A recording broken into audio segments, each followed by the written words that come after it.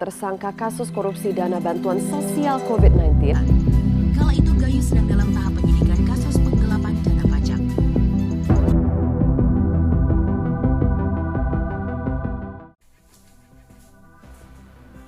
Pak, tolong tangkap saya, Pak. Pak, tolong tangkap saya. Saya ingin menjadi koruptor yang baik dan benar. Tolong tangkap saya, Pak. Pak, tolong tangkap saya. Saya ingin menjadi contoh kepada rekan-rekan koruptor saya yang lainnya bahwa tak baik melarikan diri itu. Lebih baik kita duduk tenang di pengadilan. Jikalau ingin bersembunyi, bukankah persembunyian koruptor yang paling aman ada di pengadilan, Pak? Kita tidak akan diperlakukan macam maling ayam. Ya, Pak Ani ditanyai sedikit basa-basi minta bagian hasil korupsi. Tidak ada ruginya berbagi rezeki dengan para hakim, jaksa, dan polisi. Anggap saja itu zakat untuk mereka. Toh, itu juga bukan uang kita. Makanya, saya di sini minta diadili, Pak. Oh, tidak. Saya tak hendak membantah. Karena itu urusan pengacara saya. Untuk itulah mereka dibayar. Membuat saya terlihat tak bersalah. Saya di sini ingin meluruskan anggapan keliru bahwa koruptor macam saya tak lebih dari benalu aset bangsa tak berguna. Padahal jelas, koruptor macam saya adalah aset bangsa berguna. Korupsi menggerakkan roda perekonomian. Dengan korupsi, uang jadi terdistribusi. Dengan korupsi, uang jadi merata.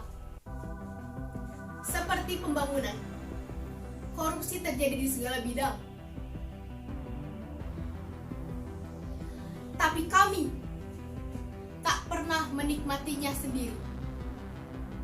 Kami ikut membantu pembangunan rumah ibadah, menyantuni anak yatim, membantu korban bencana, menyokong olahraga, iuran 17-an. Banyak. Karena sebagai koruptor yang baik, kami tahu cara mengelabui. Dengan berbuat baik, kami jadi dihormati. Duduk di depan bila ada hajatan, diminta bicara bila ada pengajian. Assalamualaikum warahmatullahi wabarakatuh. Lebih kepada mengamalkan isu kemana saja, di mana tuntutan kami yang seperti tahun 2020 itu sama. Tolong, jangan terlalu pojokkan kami. Jika soal unjuk kekuatan, kami juga bisa menggalang aksi besar-besaran. Pikirkan, bila para koruptor di negeri ini mogok kerja 1 hari saja, dari kantor kelurahan hingga istana negara mendadak sepi. Pelayanan publik terhenti, birokrasi macet, pabrik-pabrik berhenti berproduksi, departemen kosong.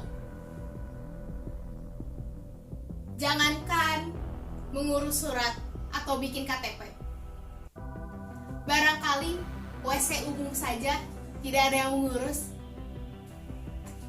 Saya tidak malu mengaku bahwa diri saya adalah seorang koruptor. Justru saya bangga telah mengaku demikian. Seperti terlepas beban saya.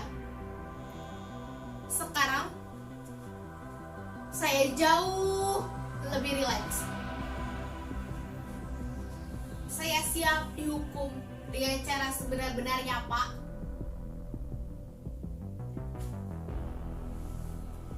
Saya tak cari sensasi dengan semua ini.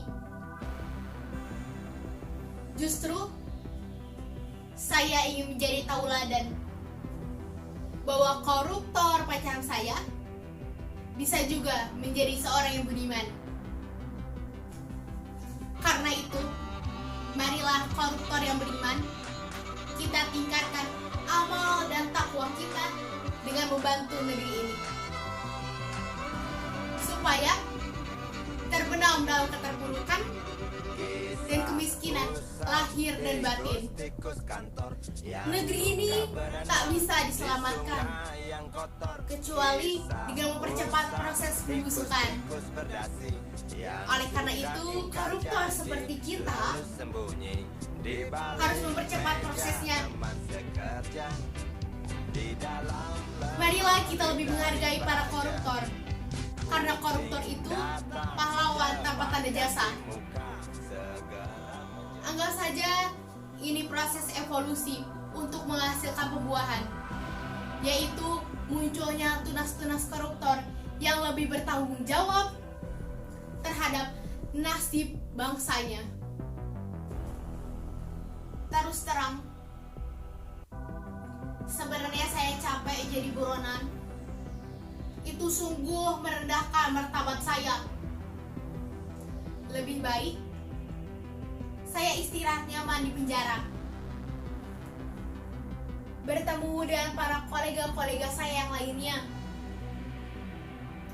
hidup rukun, saling berbagi pengalaman.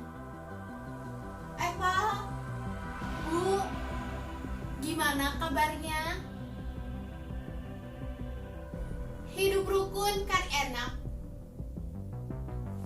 Lihat, saya masih terlihat sehat.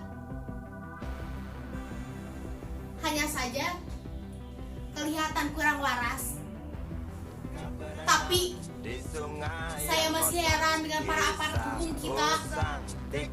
Mengapa masih sungkan-sungkan menangkap koruptor macam saya? Bila saya datang, mereka malah bersembunyi. Datang cepat ganti muka, barangkali para aparat hukum itu percaya bahwa memang betul koruptor seperti saya adalah aset bangsa yang harus dilindungi.